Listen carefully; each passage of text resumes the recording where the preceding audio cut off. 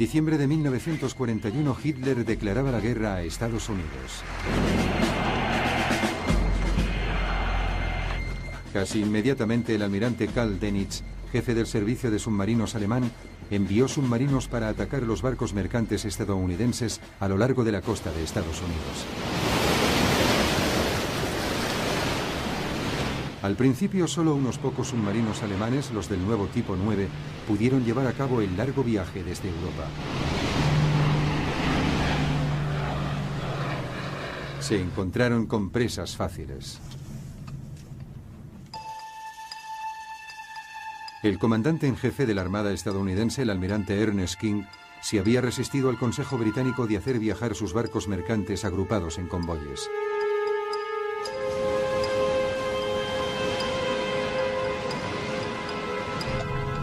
Durante un período de 3 meses, más de 400 barcos mercantes estadounidenses fueron hundidos o destruidos.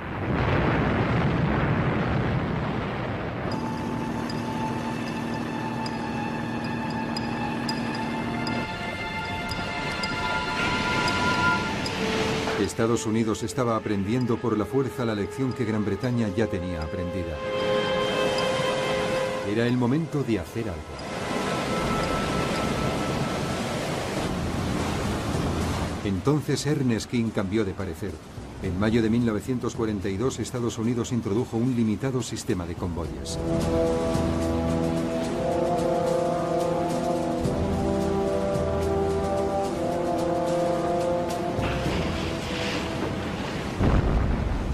En julio, las pérdidas norteamericanas fueron disminuyendo. Esto obligó a los alemanes a adoptar una nueva táctica. Concentrarían sus submarinos en una zona concreta del Atlántico Norte, el llamado Black Gap, una zona en medio del océano demasiado alejada de tierra para que los aviones antisubmarinos la pudiesen alcanzar.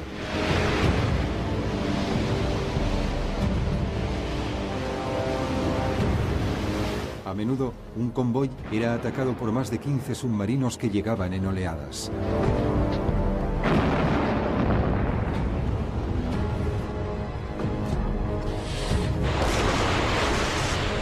Durante el mes de octubre de 1942, 56 barcos aliados fueron hundidos en el Black Gap. En marzo de 1943, las bajas aliadas habían alcanzado 120 barcos en un solo mes.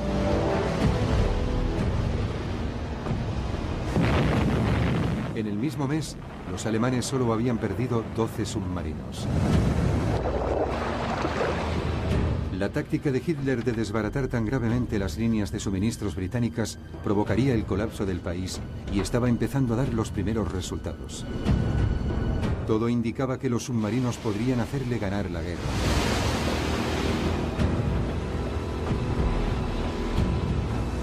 Pero entonces los aliados empezaron a mejorar su juego. Gran Bretaña había nombrado a un nuevo comandante.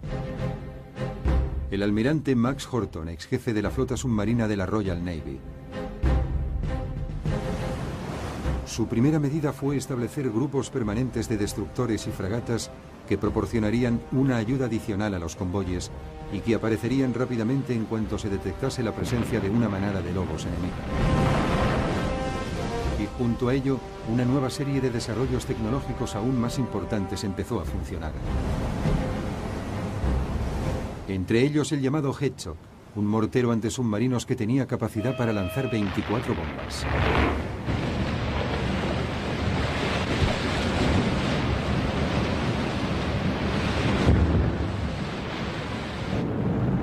Los aviones aliados estaban equipados con un nuevo reflector de alta potencia, el Lee Light.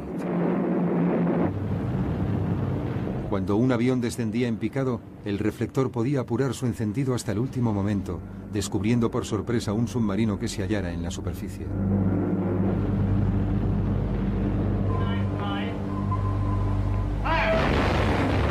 Los constantes avances tecnológicos empezaron entonces a reportar beneficios.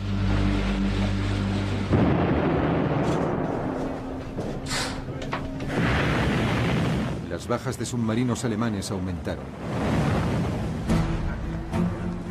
El comandante alemán, el almirante Dönitz, luchaba por recuperar la iniciativa. En abril de 1943 ordenó un ataque submarino generalizado al convoy ONS-5 que viajaba de Liverpool a Canadá con 43 barcos mercantes. Había sido planeado como una demostración de la fuerza naval alemana. 40 submarinos se lanzaron sobre el convoy.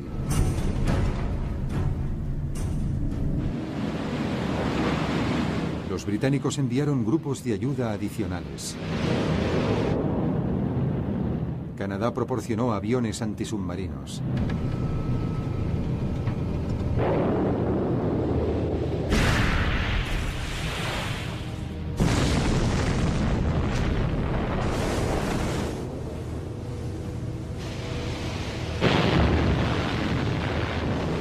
Los aliados necesitaron 4 días para rechazar el ataque alemán.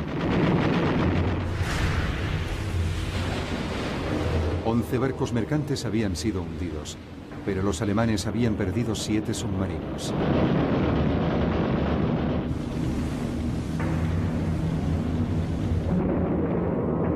Dos semanas más tarde, Karl Dönitz lo volvió a intentar, atacando un segundo convoy.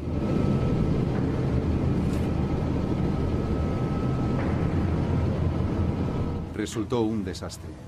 5 submarinos fueron hundidos sin que se hubiese perdido ni un solo barco mercante.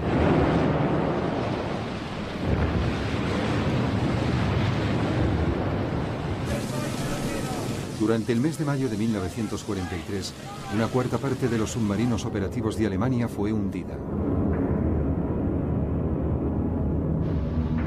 Finalmente, los alemanes empezaban a perder la guerra submarina en el Atlántico. Ahora eran los aliados quienes tomaban la iniciativa y empezaron a atacar a los alemanes. Se introdujo una nueva versión de largo alcance del bombardero norteamericano B-24 Liberator, con capacidad para alcanzar a los submarinos alemanes en la zona Black Gulf. Los diseñadores de submarinos alemanes intentaron responder con sus propias innovaciones. Equiparon sus modelos más modernos con detectores de radares y cañones antiaéreos. Algunos incluso contaban con el llamado Schnorkel de diseño holandés, con una nueva entrada de aire, lo que significaba que los submarinos podían pasar más tiempo sumergidos bajo el agua sin ser detectados por los radares aliados. Estos avances no eran suficientes y llegaban demasiado tarde. A pesar de todos estos ingenios tecnológicos, los aliados siguieron localizándolos.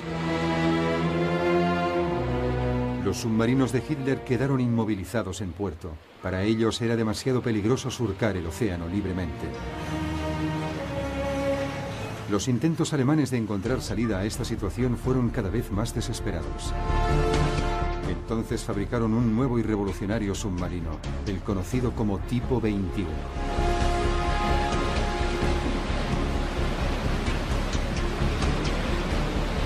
Funcionaba con energía eléctrica y podía alcanzar 17 nudos bajo el agua, más del doble de la velocidad de un submarino convencional y lo suficientemente rápido como para dejar atrás la mayor parte de buques de superficie. Pero una vez más no dio buenos resultados. Tan solo uno llegó a ser operativo y jamás estuvo en contacto con el enemigo. A principios de 1944 los aliados ya dominaban el Atlántico. Se trataba de un momento decisivo en la guerra. La campaña de submarinos de Hitler había causado un número terrible de bajas en ambos bandos. Los alemanes habían perdido casi 800 submarinos y con ellos un 75% de la tripulación de los submarinos había perecido. En el bando aliado unos 32.000 marinos habían perdido la vida.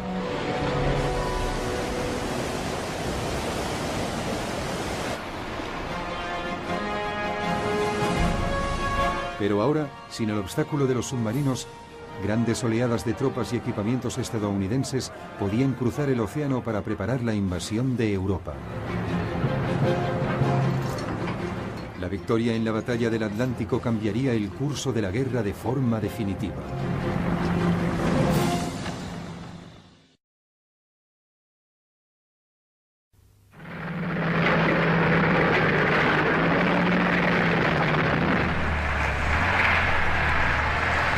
Verano de 1943. En el frente oriental los ejércitos de Hitler se replegaban.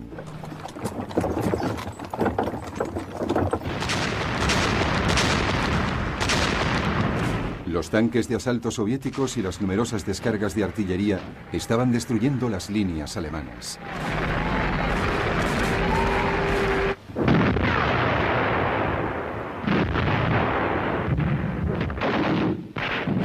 Hitler estaba combatiendo en dos frentes.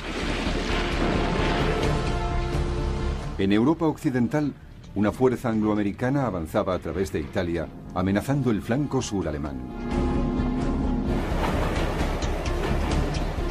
Hitler se había visto obligado a retirar algunas de sus tropas de élite del frente este para ayudar a la defensa de aquel flanco.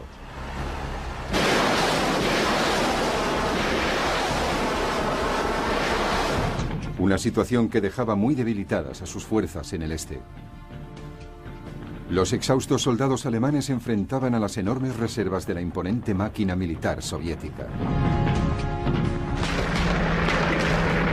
El líder soviético, Joseph Stalin, aprovechó la oportunidad para descargar su venganza y pasar a la ofensiva.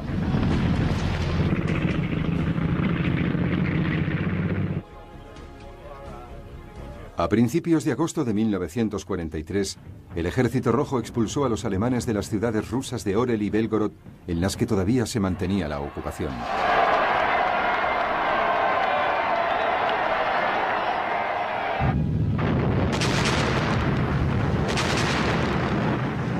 Para celebrar estas victorias, Stalin ordenó 12 salvas de 124 cañones y un gran castillo de fuegos artificiales en la Plaza Roja de Moscú.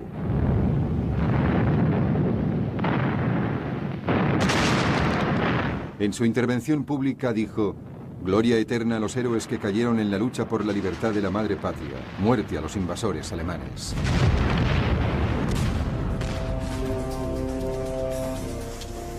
La respuesta de Hitler en Berlín consistió en controlar personalmente todas las decisiones militares importantes.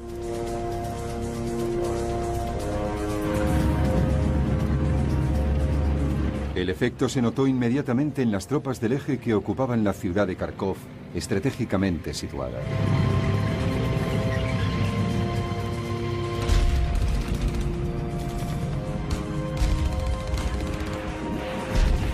Las tropas soviéticas se aproximaron a la ciudad por tres flancos.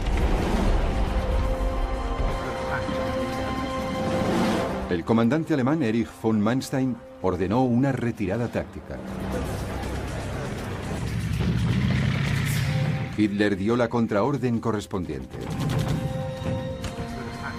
Había que mantener Kharkov a toda costa. Hitler no aceptaría nada que redujese lo que él llamaba el Lebensraum, o espacio vital, territorio que él consideraba que Alemania necesitaba para garantizar su grandeza. Con igual énfasis creía que Alemania ganaría la guerra, si no por superioridad numérica, sí por pura voluntad de vencer.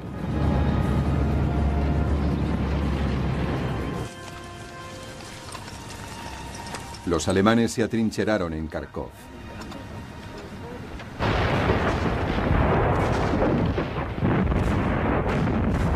Al principio la estrategia de Hitler pareció funcionar. Durante varios días los continuos asaltos soviéticos fueron rechazados.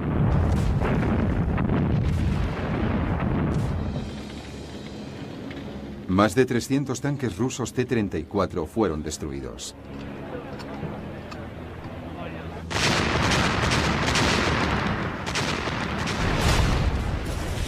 Pero a finales de agosto de 1943 las posiciones alemanas habían sido rebasadas.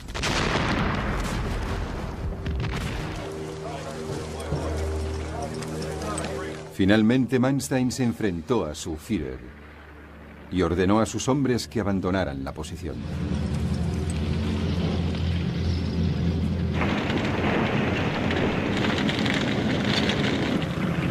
Al día siguiente, el Ejército Rojo penetraba en las ruinas de Kharkov.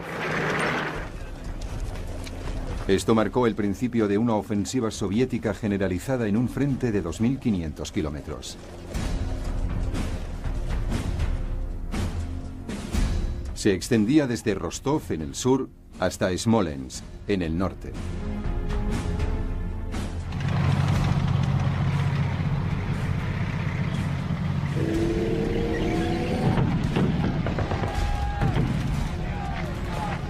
En el extremo sur del frente, cerca de Rostov, un gran avance ruso amenazaba con rodear varias bolsas de soldados alemanes en Crimea.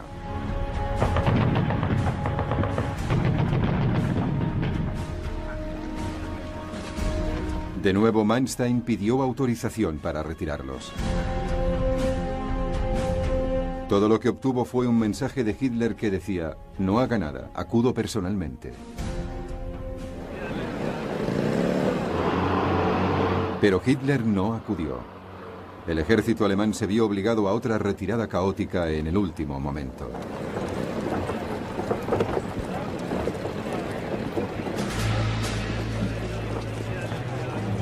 El repliegue alemán empeoró debido a la participación de bandas de partisanos mal equipados pero avezados a la lucha.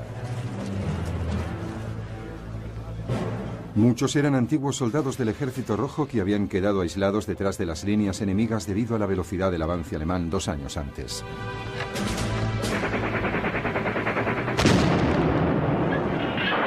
Los partisanos tendían emboscadas a los alemanes que se replegaban, aislándolos de sus líneas de comunicaciones y de abastecimiento.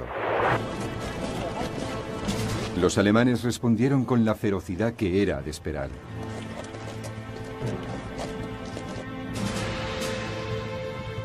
Tomaron brutales represalias contra la población civil.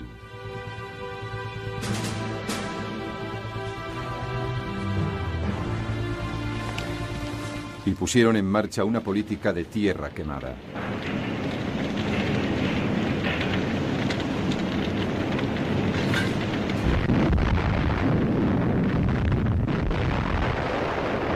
Hicieron saltar por los aires fábricas, centrales eléctricas, vías de trenes y puentes.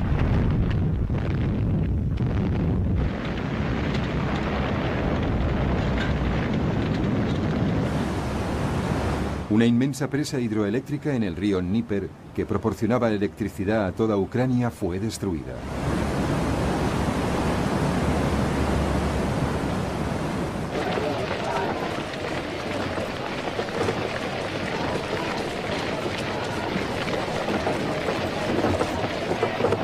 Mientras, en la zona central del frente, los alemanes se replegaban a través del río Dnieper.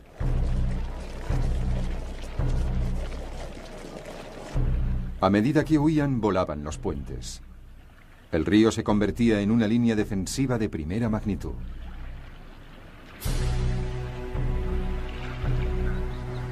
Y entonces se atrincheraron a lo largo de su orilla occidental. Stalin ofreció el galardón más alto de la Unión Soviética al primer soldado del Ejército Rojo que alcanzase la otra orilla del río. A principios de otoño de 1943, los soldados soviéticos consiguieron establecer pequeñas cabezas de puente en la orilla occidental del río, controlado por los alemanes.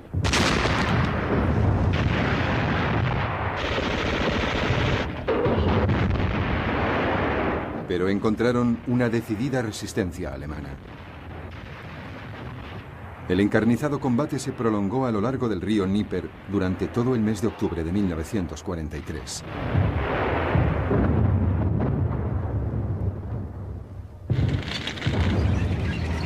Finalmente, a principios de noviembre, las tropas soviéticas consiguieron tomar Kiev.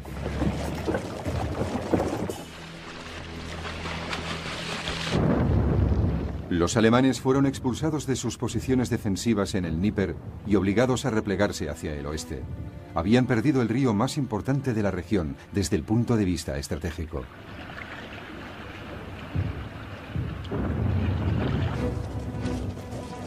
A finales de 1943, el Ejército Rojo había expulsado prácticamente a los alemanes de la histórica patria rusa. Y se dirigía hacia el oeste, a través de Ucrania.